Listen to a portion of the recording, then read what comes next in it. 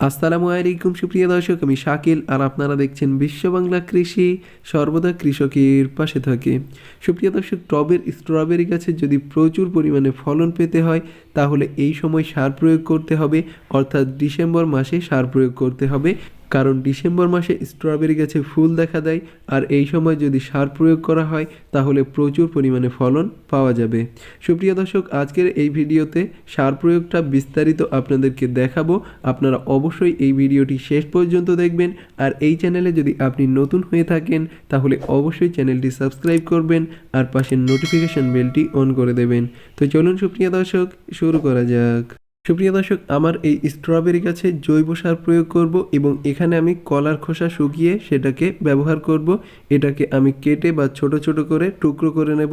সুপ্রিয় দর্শক, কলার খোসা পটাশিয়ামের উৎস, আর পটাশ গাছের ফল ধরতে বা ফুল আনতে সহায়তা করে। এজন্য অবশ্যই যদি আপনি প্রচুর পরিমাণে ফল ধরাতে চান তাহলে কলার খোসা প্রয়োগ করবেন। কলার খোসা থেকে আপনি জৈব সার বা লিকুইড জৈব সার তৈরি করে গাছে প্রয়োগ করতে পারেন, তাতেও আপনি খুব ভালো রেজাল্ট পাবেন। এখানে আমি কলার খোসা শুকিয়ে নিয়েছি, তারপর এটাকে গুঁড়া করে নিচ্ছি। এখানে আমি গুঁড়া করে নিয়েছি বা ছোট ছোট টুকরো করে কেটে নিয়েছি, এগুলিকে আমি প্রয়োগ করব। সুপ্রিয় দর্শক, এর সাথে অবশ্যই আপনারা চা পাতা ব্যবহার করবেন, কারণ মাইক্রোনিউট্রিয়েন্ট হিসেবে চা পাতা খুবই কার্যকরী।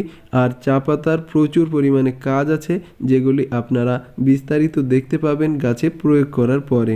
সুপ্রিয় দর্শক, এখানে আমি চা পাতা এবং কলার খোসা দুটি উপাদানকে মিশিয়ে নিচ্ছি, আর এখানে আমি 50 গ্রাম করে এই উপাদানগুলিকে ব্যবহার করছি। সুপ্রিয় দর্শক, এর সাথে ডিমের খোসা গুঁড়া করে নিয়ে আমি ব্যবহার করছি, কারণ ডিমের খোসা ক্যালসিয়ামের চাহিদা পূরণ করবে এবং গাছে প্রচুর পরিমাণে ফল হবে। সুপ্রিয় দর্শক, এই উপাদানগুলিকে আমি খুব ভালোভাবে মিশিয়ে নেব এবং এর সাথে আমি আরও দুইটি উপাদান মিশিয়ে নেব। এবং আমি যে উপাদানগুলি আপনাদেরকে দেখাচ্ছি এটা খুব সহজেই বাড়িতে পাওয়া যায়। এখানে নিয়েছি সরিষার খোল। সরিষার খোল খুবই কার্যকরী, আর এই উপাদানটি অবশ্যই আপনার গাছে ব্যবহার করবেন যদি স্ট্রবেরি গাছে প্রচুর পরিমাণে ফলন চান। আর এখানে প্ল্যান্ট বায়ো স্টিমিউলেন্ট, এটা বাজার থেকে কেনা যায়, এটাও জৈব, আর এটাকে আপনারা নিঃসন্দেহে আপনার গাছে প্রয়োগ করতে পারেন, খুব ভালো রেজাল্ট পাবেন। এবং এই উপাদানটা আমি সফেদা গাছে ব্যবহার করে খুব ভালো রেজাল্ট পেয়েছি। সুপ্রিয় দর্শক, সারটি রেডি হয়ে গেছে। এটাতে সামান্য পানি ছিটিয়ে দিয়ে 10 থেকে 15 দিন রেখে দেওয়া যায়, কিন্তু আমি এটা ডাইরেক্ট গাছে প্রয়োগ করব। সুপ্রিয় দর্শক, ইতিমধ্যে দেখা যাচ্ছে আমার এই স্ট্রবেরি গাছে ফুল চলে এসেছে। এই গাছে আমি এই সারটিকে প্রয়োগ করে দেব। আর এই সারটি প্রয়োগ করার নিয়ম হচ্ছে 3 থেকে 4 টেবিল চামচ ব্যবহার করতে হবে। 10 দিন অন্তর অন্তর যদি ব্যবহার করা যায় প্রচুর পরিমাণে ফলন পাওয়া যাবে। আমি এটাতে 3 থেকে 4 চামচ এই জৈব সারটি প্রয়োগ করছি। সুপ্রিয় দর্শক, এই জৈব সারটি যদি একটু বেশি মাত্রায় পড়ে তবুও কোনো ক্ষতি হবে না, কারণ এটাতে সম্পূর্ণ জৈব উপাদান আছে। শুধু সরিষার খোল যেটাকে আমরা ব্যবহার করছি সেটা ব্যবহার করার পর সেটাতে ছত্রাক লাগে, এজন্য আপনারা সরিষার খোলটা পানিতে ভিজিয়ে লিকুইড কম্পোস্ট তৈরি করে গাছে প্রয়োগ করবেন, খুবই ভালো হয়। কিন্তু এভাবে যদি আপনি প্রয়োগ করতে চান কোনো অসুবিধা নেই। সার প্রয়োগ করার পর গাছের গোড়ার মাটিটাকে আলগা করে নিতে হবে। এটা করলে গাছ দ্রুত এই সারটি সংগ্রহ করতে পারবে। এটা অবশ্যই আপনারা করবেন। এবং টবে কিভাবে স্ট্রবেরি চাষ করতে হবে শুরু থেকে শেষ পর্যন্ত আপডেট সহ দেওয়া আছে।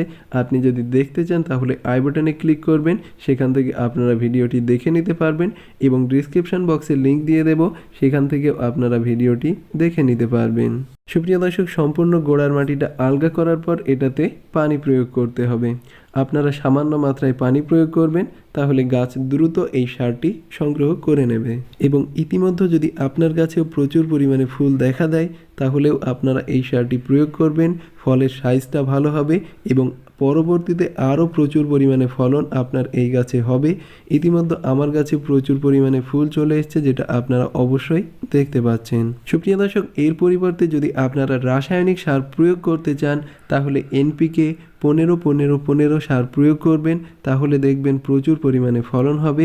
এবং আপনারা সামান্য পরিমাণে পটাশিয়াম সার প্রয়োগ করবেন। সার প্রয়োগ করার 10 দিন পরের অবস্থা আপনারা দেখতে পাচ্ছেন এবং স্ট্রবেরিগুলো বড় হতে শুরু করেছে। ফুল থেকে এটা ফলে পরিণত অলরেডি হয়ে গেছে। এই সময় অবশ্যই আপনারা নিম তেল স্প্রে করবেন এবং যদি নিম তেল না থাকে তাহলে আপনারা যে কোনো একটি কীটনাশক প্রয়োগ করবেন এবং অবশ্যই এটাতে ছত্রাকনাশক প্রয়োগ করতে হবে। আপনারা যে কোনো ছত্রাকনাশক প্রয়োগ করতে পারেন, তাহলে দেখবেন প্রচুর পরিমাণে ফলন হবে আপনার টবের স্ট্রবেরি গাছে। এবং আগের বছরে ঠিক এই পরিমাণে স্ট্রবেরি আমার গাছে হয়েছিল এবং এবছরও হবে ইনশাআল্লাহ। সুপ্রিয় দর্শক, ভিডিওটি ভালো লাগলে অবশ্যই লাইক করবেন আর চ্যানেলে নতুন হয়ে থাকলে অবশ্যই চ্যানেলটি সাবস্ক্রাইব করবেন আর পাশের নোটিফিকেশন বেলটি অন করে দেবেন। সুপ্রিয় দর্শক, ধৈর্য ধরে এই ভিডিওটি শেষ পর্যন্ত দেখার জন্য আপনাকে অসংখ্য ধন্যবাদ। থ্যাঙ্কস ফর ওয়াচিং বিশ্ব বাংলা কৃষি।